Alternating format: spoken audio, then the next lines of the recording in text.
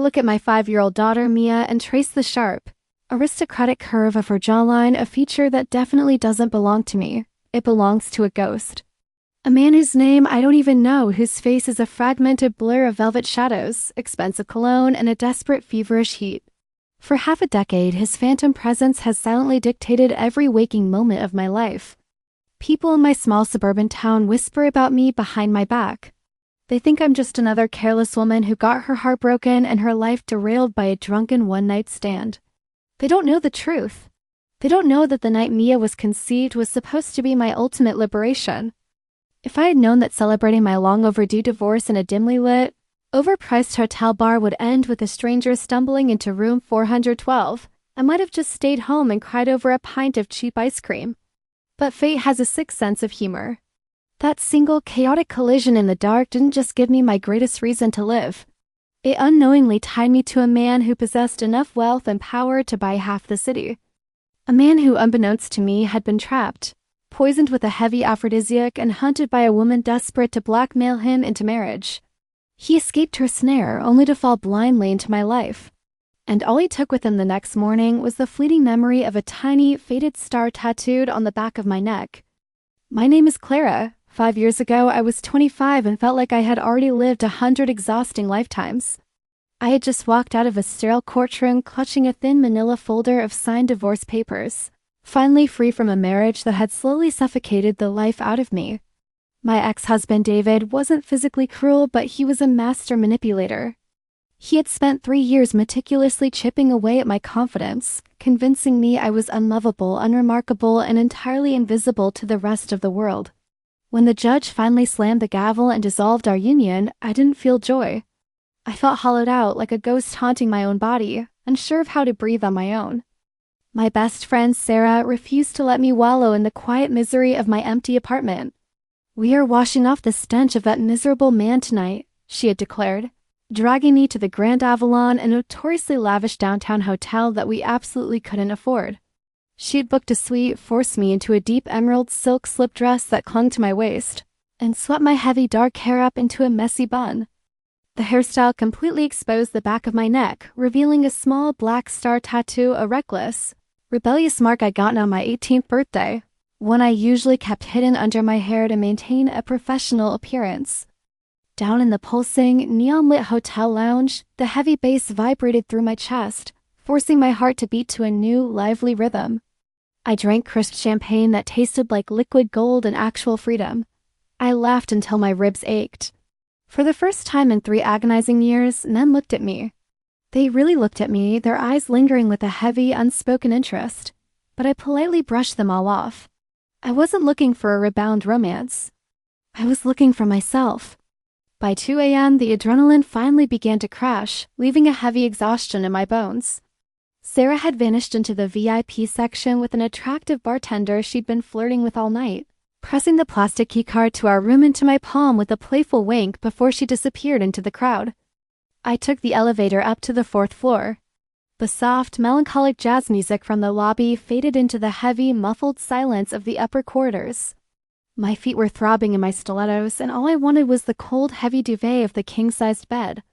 I found room 412, swiped the card until the light blinked green, and pushed the heavy oak door open. It didn't click shut behind me, the latch caught slightly on the thick, plush carpet. I was too tired to notice. I kicked off my shoes, let the emerald dress slip down my shoulders to pool at my feet, and collapsed onto the bed in just my silk undergarments, the room spinning softly from the champagne. I closed my eyes, feeling a strange, profound peace wash over me in the dark. The nightmare of my past was finally over. Tomorrow I would wake up and start a brand new life. I was safe. I was completely alone. I had no idea that 3 floors above me in the ultra-exclusive penthouse suites, a corporate empire was being ruthlessly fought over. I had no idea that a man was currently tearing off his silk tie, his blood boiling from a spiked drink, desperately fleeing a carefully orchestrated honey trap meant to ruin him. And I certainly had no idea that in his delirious, feverish state, he would stumble down the emergency stairwell, misread the brass numbers on my door, and push his way into my dark room, shattering the quiet peace of my new life before it even began. The heavy oak door didn't just open. It was shoved, hitting the wall with a muted thud before swiftly clicking shut. The sudden sound snapped me out of my champagne-soaked haze. A massive silhouette stood in the entryway, backlit for a fraction of a second by the hallway lights before the room plunged back into total darkness. "Sarah?" I mumbled, my voice thick with sleep and alcohol. No answer, only the sound of heavy, ragged breathing. The air in the room instantly shifted, growing thick and electric. I froze, my heart suddenly hammering against my ribs. Before I could reach for the bedside lamp, the mattress dipped violently. A man collapsed onto the edge of the bed. He was radiating an unnatural, feverish heat. "Help!" he ground out, the word barely more than a guttural rasp. He sounded like a man drowning. I scrambled backward, pulling the duvet to my chest. "Who are you? You're in the wrong room." My hand fumbled for the light switch, but his hand shot out in the dark, gripping my wrist. His skin was scorching, his grip ironclad but trembling violently. "Don't," he commanded, his voice trembling with a desperate, terrifying restraint. "Please, they're looking for me." Then the scent hit me. It wasn't the stale smell of a drunken bar patron. It was the intoxicating, expensive aroma of cedarwood, crushed amber, and pure adrenaline. He slumped forward, his face bearing into the crook of my neck. I should have screamed. I should have kicked him off and ran. But as his feverish skin pressed against mine, a strange electric jolt shot through my entire body. I was starved for touch, broken by years of cold rejection, and intoxicated by the night's supposed liberation. He wasn't thinking rationally, his mind hijacked by whatever potent chemical was burning through his veins. And I wasn't thinking at all. When his lips finally found my jaw, logic evaporated. The darkness became a heavy, velvet cloak that hid our faces, our pasts, and our real lives. It was raw, desperate, and overwhelmingly intense. I remember his rough, large hands tangling in my hair, pulling it aside. I remember the sensation of his thumb tracing the small, raised ink of the star tattoo on the back of my neck. "A star," he whispered against my skin, his breath hot and ragged. "A star in the dark." When I woke up, the harsh gray light of dawn was slicing through the gap in the curtains. My head was pounding, a brutal drumbeat of a hangover and sudden, crushing reality. I turned my head. He was lying face down, his broad, scarred back rising and falling in a deep, exhausted sleep. The masculine lines of his shoulders, the scattered, expensive clothing on the floor, a tailored tuxedo jacket, a silk tie, it all screamed that this man belonged to a world I had no business being in. Panic, cold and sharp, seized my throat. What had I done? My divorce was precisely 1 day old, and I had just slept with a nameless, faceless stranger in a hotel room I didn't even pay for. I didn't wait for him to wake up. I didn't want to see the regret in his eyes, or worse, the pity. I silently gathered my emerald dress, shoved my feet into my stilettos, and bolted. I didn't look back. 2 months later, staring at 2 stark pink lines on a plastic stick on my tiny bathroom counter, my knees finally gave out. I collapsed onto the cold tiles, sobbing until I couldn't breathe. I tried to find him. I begged the management at the Grand Avalon for the name of the guest in room 412. They told me the room was registered to my friend, Sarah. When I asked about the surrounding rooms, they threatened to call the police for harassment, citing strict privacy policies. He was a ghost. 5 years. 5 grueling, exhausting years of working double shifts at a dead-end data entry job, counting every single penny and sacrificing every piece of myself to raise Mia. She was brilliant, fiery, and possessed a pair of piercing, storm gray eyes that felt like a constant reminder of my reckless night. "Where is my daddy?" she would ask, looking up at me with those intense eyes. "He's lost, baby," I would whisper, swallowing the bitter lump in my throat. "But he loves you very much." A lie I told myself just to survive the guilt. But survival was getting harder. The medical bills from Mia's recent severe asthma attacks had completely drained my savings. Desperate, I applied for a high-paying, high-stress position as an executive assistant at Vanguard Industries, a multi-billion-dollar investment firm that had just relocated its headquarters to our city. The pay was enough to save us. I miraculously got the job. It was my 3rd day. The entire top floor was in a state of absolute terror. The CEO, a notoriously ruthless, reclusive billionaire who had been running the European division, was returning to the stateside office. I was told to keep my head down, deliver his black coffee exactly at 9 a.m., and never, ever speak unless spoken to. My hands shook as I carried the silver tray toward the massive double doors of his corner office. I pushed them open with my shoulder. A man was standing by the floor-to-ceiling windows, his back to me, barking orders into a sleek phone. He was wearing a meticulously tailored charcoal suit that fit his broad shoulders perfectly. Then the air in the room shifted, my lungs seized. It was the scent, cedarwood and crushed amber. The man turned around, slamming the phone down on his desk. He had sharp, aristocratic features and piercing, storm-gray eyes, Mia's eyes. My tray rattled, the coffee cup clinking violently against the silver. He didn't look at me. He just pressed an intercom button on his desk. "Tell my private investigator I'm done waiting," he snapped, his voice a cold, commanding rumble that sent a paralyzing shockwave straight down my spine. It was the gravelly whisper from the dark. "It's been 5 years. I don't care how much money it takes. Find the woman with the star tattoo." The silver tray in my hands trembled so violently that the porcelain cup clattered against the metal, the sound echoing like a gunshot in the cavernous office. The man, my new boss, the ruthless CEO of Vanguard Industries, turned to face me. My breath completely abandoned my lungs. It was him.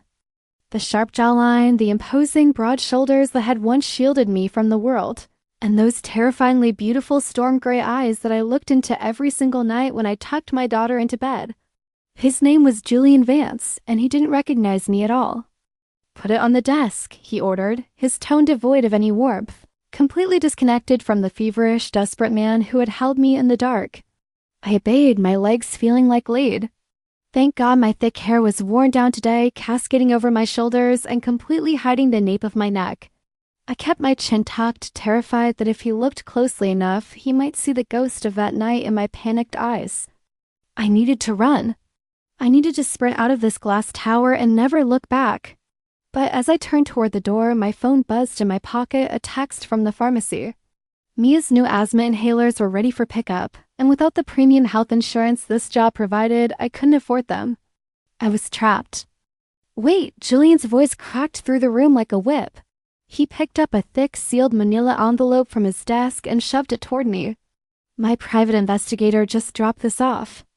Scan the documents into my secure personal drive and shred the originals. And Clara? You breathe a word of what's in this file to anyone, and I will personally ensure you never work in this city again." "Yes, Mr. Vance," I whispered, grabbing the envelope as if it were on fire. I practically ran to my desk outside his office, my heart threatening to beat its way out of my chest. With shaking fingers, I tore open the seal. I expected to find a romantic, desperate search for a lost love. I was a fool. As I read the PI's executive summary, the blood drained from my face, leaving me freezing cold. Julian wasn't looking for a fairy tale ending. He was hunting for a weapon. 5 years ago, the woman who had drugged him, a vicious, high society heiress named Victoria, had managed to convince the world, and Julian's board of directors, that she had caught him that night. She was currently leveraging a massive corporate merger, threatening to destroy Vanguard Industries with a fabricated scandal if Julian didn't marry her. Julian's only defense was his fragmented memory. He knew the woman he actually slept with had a star tattoo on her neck. He was relentlessly hunting me down, not to love me, but to use me as a legal shield in a multi-billion-dollar war. If Julian found out who I was, Victoria would destroy me. She would crush me like an insect, and worse, Julian would realize I had been hiding his heir, his own flesh and blood, in a rundown suburban apartment. He could take Mia away from me with a single phone call to his lawyers. Panic gave way to a fierce maternal survival instinct. I had to solve this. I had to erase myself. I flipped through the PI's documents until I found the master list of female guests from the Grand Avalon that night. There it was, halfway down page 4, room 412, registered to Sarah Jenkins. Guest identified via lobby camera footage. Clara Hayes. The PI had found me. It was only a matter of time before Julian connected my name on this paper to the new assistant sitting right outside his door. I booted up the high-speed scanner, my hands moving in a frantic blur. I carefully slid page 4 out of the stack. If I could just drop it into the industrial shredder beneath my desk before scanning the rest of the file, the digital copy would be clean. He might never know. I fed the thick, glossy paper into the machine. Gurk, click, beep, the shredder jammed. A loud, piercing red light began to flash on the machine.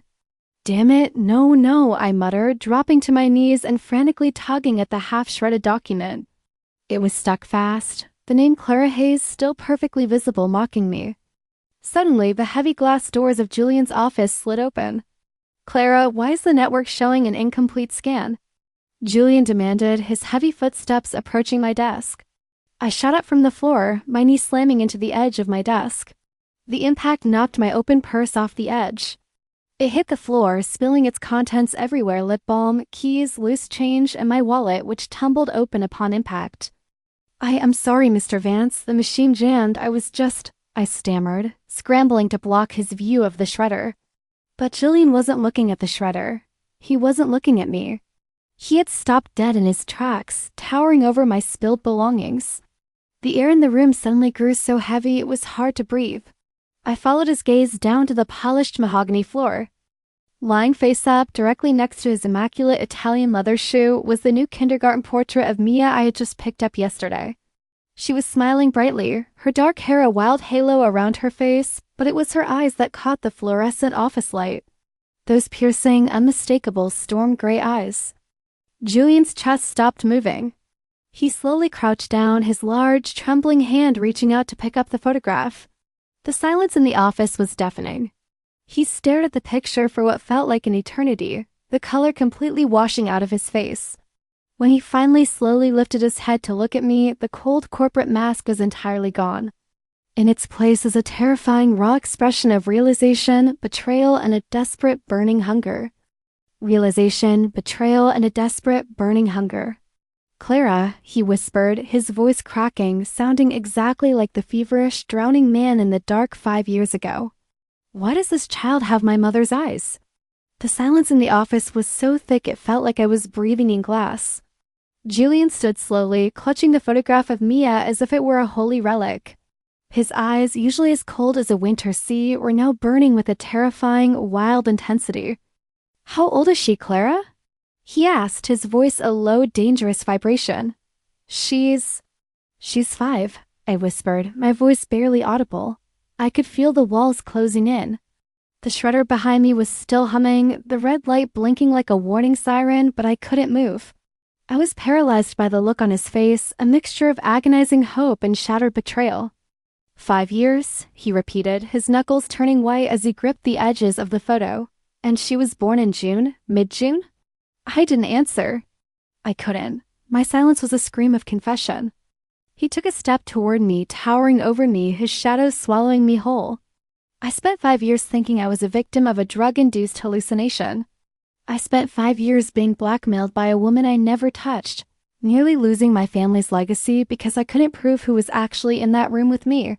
He reached out, his fingers trembling, and before I could flinch, he grabbed my shoulder and spun me around. In one swift, desperate motion, he brushed my heavy hair away from the nape of my neck. I felt his thumb graze the skin of my tattoo. He let out a ragged, choked sound, half sob, half laugh. "The star," he breathed against my ear. "It was you. It was always you." But the moment of revelation was brutally shattered. The heavy glass doors of the office swung open with a violent crash. Victoria walked in, flanked by 2 stone-faced lawyers and the chairman of the board. She looked like a predator who had finally cornered its prey, dressed in a white power suit that cost more than my apartment. "Julian, darling, the board is waiting. The merger papers are ready for your signature," she said, her voice dripping with artificial sweetness. Then her eyes flicked to me and then down to the photograph Julian was still holding. Her expression shifted instantly from predatory to murderous. "Who is that child? And why is your assistant crying in your arms?" Julian didn't let go of me. He pulled me closer, his hand protective against the small of my back, but his eyes were fixed on Victoria. "The merger is off, Victoria. And so is the wedding. You can't do that." She shrieked, her mask of sophistication slipping. "If you back out now, I'll release the security footage from the Grand Avalon. I'll tell the board you're a predator who took advantage of a socialite. I'll strip you of every cent you own." "Go ahead," Julian snarled, his voice echoing through the entire floor. He held up the photo of Mia, then pointed to the half-shredded document in the machine behind me. "I found her, Victoria. I found the woman who was actually in that room. And I have a daughter. Do you really think I give a damn about your threats now? I will burn this entire company to the ground before I let you touch them. Victoria's face contorted with a visceral, ugly rage. She stepped toward me, her hand raised as if to strike, but Julian stepped in front of me like a wall of solid granite. "Get out," he commanded, his voice cold enough to freeze the blood in her veins. "Before I have security drag you through the lobby in front of every camera you're so fond of." As she was ushered out, screaming threats about lawyers and ruin, Julian turned back to me. The room was spinning. The high-stakes corporate world, the billions of dollars, the scandal, it all felt like background noise. All I could see was the man who had haunted my dreams for 5 years. "Clara," he said, his voice breaking as he looked at Mia's photo again. "I've lost 5 years, please. Tell me I haven't lost you too." I looked at him, the man who could lose everything he had worked for just because he chose us. The weight of his choice, the sheer scale of the sacrifice he was making in front of the entire board of directors, hit me like a physical blow. But then I remembered the fear in Mia's eyes during her last asthma attack. I remembered the 5 years of loneliness. "She needs her father, Julian," I said, my heart breaking and mending all at once. "But she doesn't know who you are. And I don't even know your middle name." He stepped closer, his forehead resting against mine. "We have the rest of our lives to learn," he whispered. "I'm not letting you walk out of a hotel room ever again." Just as I felt I could finally breathe, my phone rang. It was the nanny. Her voice was frantic, drowned out by the sound of sirens in the background. "Clara, it's Mia," she collapsed. "The ambulance is here. They're taking her to Mercy General." The world went black for a second. Julian caught me before I hit the floor. The ride to Mercy General was a blur of screeching tires and Julian's frantic commands into his phone. He didn't just drive. He navigated the city like a man possessed, his knuckles white against the steering wheel of his black Bentley. Within minutes, he had the chief of medicine on the line, demanding the best pediatric respiratory specialists in the state be moved to the EA immediately. I sat in the passenger seat, my breath coming in ragged, shallow gasps that mirrored Mia's. The world outside the window was a smear of gray and rain, a perfect reflection of the chaos that had become my life in the span of a single morning. 5 years of hiding, 5 years of struggling in silence, and now, the man I had fled from was the only thing standing between me and total collapse. When we burst through the hospital doors, the sterile bleach scent of disinfectant hit me like a physical blow. I saw her through the glass of the stabilization room, my tiny, brave girl, hooked up to a nest of wires and a high-flow oxygen mask. She looked so small against the vast, white expanse of the hospital bed. "I'm her mother." I screamed at the nurse who tried to hold me back. "Let me in." "Clara, stop." Julian's voice was low, vibrating with a newfound authority that wasn't corporate, it was paternal. He stepped forward, placing himself between me and the medical staff. But his eyes never left Mia. He pulled a black card from his wallet and handed it to the head administrator who had rushed down to meet us. "I am Julian Vance. This is my daughter. Whatever she needs, private transport, specialists from the Mayo Clinic, a dedicated floor, do it now. If she so much as coughs and a doctor isn't there to hear it, I will buy this hospital just to fire you." The next few hours were an agonizing stretch of silence, punctuated only by the rhythmic beep of the heart monitor. Julian didn't leave my side. He sat in the uncomfortable plastic chair in the waiting room, his expensive suit rumpled, his head in his hands. The titan of industry was gone. In his place was a man terrified of a 3-foot-tall girl he hadn't even spoken to yet. Eventually, the lead specialist emerged, wiping sweat from his brow. "The attack was severe, exacerbated by an underlying infection, but we've stabilized her. She's sleeping now. You can go in." I rushed to her side, catching her small, limp hand in mine. I didn't notice Julian following me until I felt the heat of his presence behind me. He stood at the foot of the bed, staring at Mia with an expression of such raw, unfiltered soul-ache that I had to look away. Slowly, Mia's eyes fluttered open. She looked at me, then her gaze drifted to the tall stranger standing in the shadows. "Mommy?" She whispered through the plastic mask. "Who is the giant?" I looked at Julian. He looked like he was about to break into 1,000 pieces. I took a deep breath, the secret I had guarded for 1,825 days finally crumbling. "Mia, honey. This is someone who has been looking for us for a very long time. This is your daddy." The silence that followed was broken by the sound of Julian's breath hitching. He approached the bed with the caution of a man walking on thin ice. He didn't reach for her immediately. He waited, his eyes searching hers. You have my eyes, he whispered, his voice thick with tears. You have a star? Mia asked, her voice small and curious, pointing toward the window where the first evening star was beginning to peek through the clouds. No, Julian said, sinking to his knees by the bedside so he was eye level with her. He looked at me, then back at her. But I finally found mine. The fallout from the office was swift and brutal. Victoria tried to fight, launching a smear campaign that claimed Julian was erratic and unfit to lead. But she had underestimated his ruthlessness when he had something worth fighting for. Within 48 hours, Julian's legal team had unearthed the paper trail of the aphrodisiac purchase she'd made 5 years ago. She wasn't just fired. She was facing criminal charges for reckless endangerment and corporate fraud. But as the headlines screamed about the billionaire's secret heir, we were far away from the cameras. 6 months later, I stood on the balcony of Julian's estate, looking out over the sprawling gardens where Mia was currently chasing a golden retriever puppy. The sun was setting, casting long golden shadows across the lawn. I felt Julian's arms wrap around my waist from behind. He leaned down, pressing a soft kiss to the star tattoo on my neck, a gesture that had become his favorite way of saying, "Hello, and I'm home." "The board wants me back in London for the merger next week," he murmured into my hair. I stiffened slightly, the old fear of being left behind flaring up for a second. But then he turned me around, his gray eyes, the eyes I saw in my daughter every day, full of a fierce, unwavering devotion. "But I told them I'm working remotely from now on," he smiled, pulling a small velvet box from his pocket. "Because I've realized that empires are easy to build, Clara, but a home? A home is something you have to find in the dark. And I'm never losing my way again." As he slipped the diamond cut into the perfect shape of a 5-pointed star onto my finger, I realized the trap that night 5 years ago hadn't been set by Victoria. It had been set by fate. A wrong room, a drugged drink, and a desperate escape had led us to the only thing that was ever real. I wasn't just a girl with a tattoo anymore. I was the anchor for a man who had been lost at sea, and together we were finally perfectly home.